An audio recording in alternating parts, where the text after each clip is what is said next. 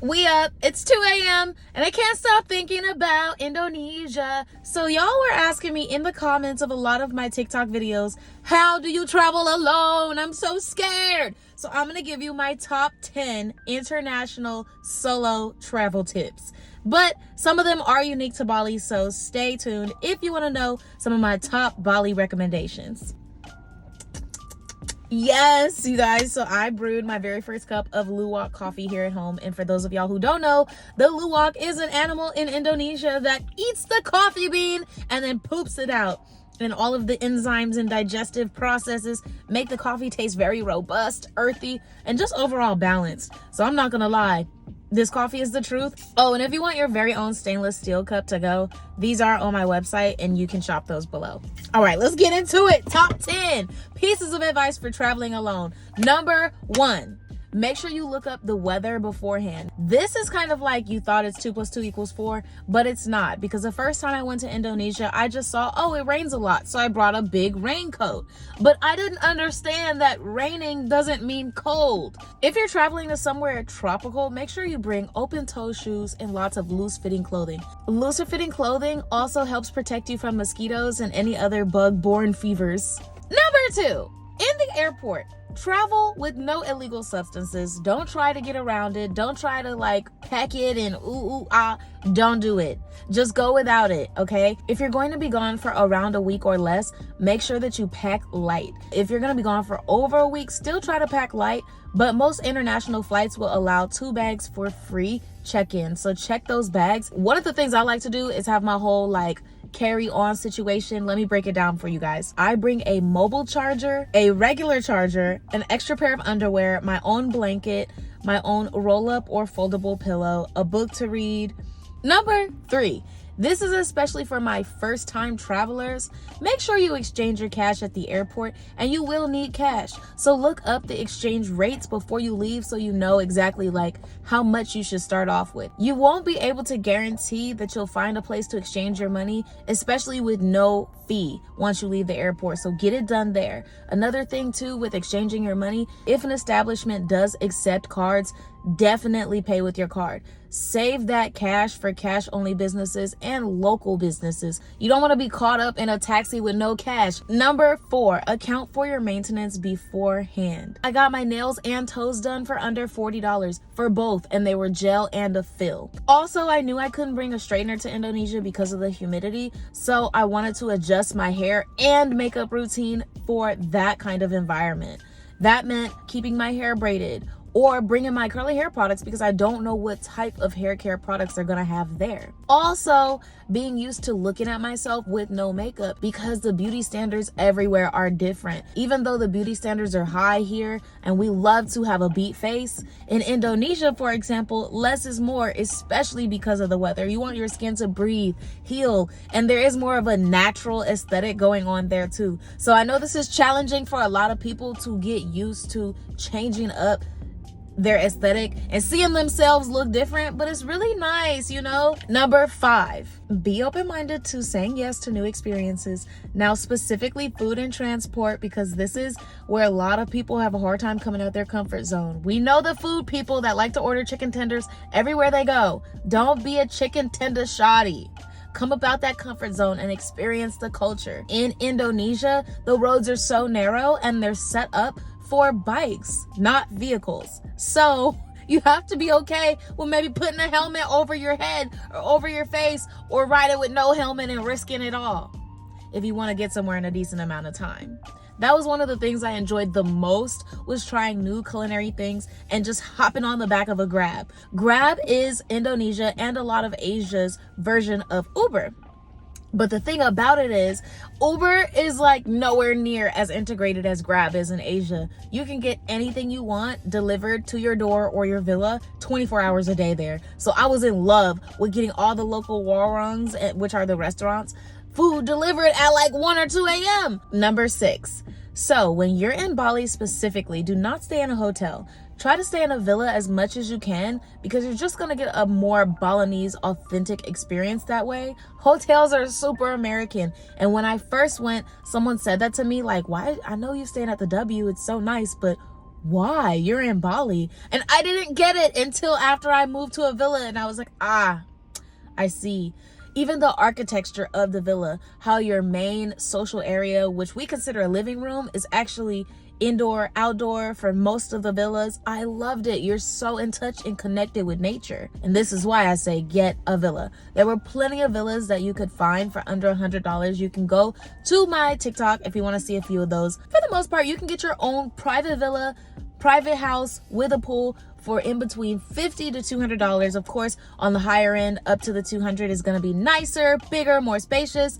But still, most of the ones I stayed at were about $80 to $90 per night. Number 7 is for the digital nomads and for everybody who needs good Wi-Fi. Make sure if you're staying there for over a week, you get an international SIM, especially if you're a streamer or you end up uploading a lot of content. You're going to need more bandwidth. Under 3 weeks, you'll be fine with just your regular cell phone service and looking for good Wi-Fi at local coffee shops. But over like 2-3 weeks, extended time, you need an international SIM. Now, there's some pros and cons to the international SIM. One of the pros is that your internet is much stronger and you don't have to like constantly be relying on good Wi-Fi. Because my mom, she didn't have an international SIM, so we had to go into coffee shops just to call grabs from her phone. One of the cons of having an international SIM, though, is that if you have pending business or people that you're waiting to return your phone calls, they're not going to be able to reach you. So this is why a lot of international business people have WhatsApp. This is not sponsored. Although WhatsApp, you can sponsor me. Number 8, stop being so afraid.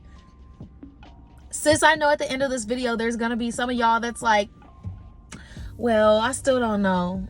Girl, if you don't Google and book that trip, and I know you got extra points on that credit card, that's how I'm going to be booking my next trip. Y'all tell me why I have like $900 of points in flight rewards. So I'm going back to Indonesia next month. There is no ifs, ands, or buts. But stop being so scared. There's going to be a lot of new experiences you have in your life, and you have to move into them with confidence. Even if you've never traveled alone before, even if you've never been out the country before, you don't have to tell people, oh, it's my first time. Just move with confidence. This is going to avoid people taking advantage of you. You'll find, though, depending on where you go, that a lot of people just want to be helpful. There's so many just good-spirited people in the world. So I wouldn't say be afraid. Oh, also because fear is one of those energies that people can smell from 10 miles away. So don't be afraid. Just stay cautious. Confidently cautious. But most people just want to help you. So even if they know that you've never been there before, they will try to offer you new experiences. One example is when I was in Bali, one of my drivers, he was like, oh, you're interested in buying land? Because he heard me mention I am here looking at villas. So he said, you want to go look at some land real quick? And I was feeling adventurous. He gave me good energy. A lot of this comes down to just trusting your gut.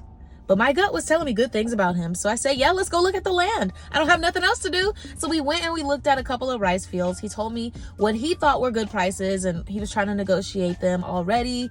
And then after that, we went to his villa and had tea with his family. It was so nice because it was like a traditional Balinese family compound where the inside was like this open courtyard where people could just sit and have tea. And then around it were different rooms. And I don't know how many rooms they had, but they definitely had like probably 10 rooms, and several of them were being rented out. So they offered me a place to stay if I wanted to come back. And I'm like, dang, cool. I already have like a new family here. Number 9, the warangs, which are the local restaurants, are delicious. You're not going to need to check any Google reviews. Wherever you go, the food is going to be lit, especially if you're in one of the towns that has like a lot of tourist attractions. Going back to the weather really quick, because number 9 was initially about Grab and the motorcycles and wearing helmets and all of that. But I have a little bit of an addition. When I first got to Bali, I didn't realize how much moisture and minerals my body was losing. I just knew it took me time to adjust. The first few days, I was so fatigued. And I just want to say that if you do go to a tropical location, drink mineral water. Drink as many electrolytes, as many minerals. You have to replace those in your body, because if you're coming from a place that's relatively dry, like right now it's really dry in California, it's winter time. We don't get a lot of humidity here. So make sure you're replacing those minerals as soon as you get there. It will help in the recovery time, especially if you're not going to be there that long. You don't want to spend half the time recovering. And my last tip, but never least, is when in Rome, do as the Romans do.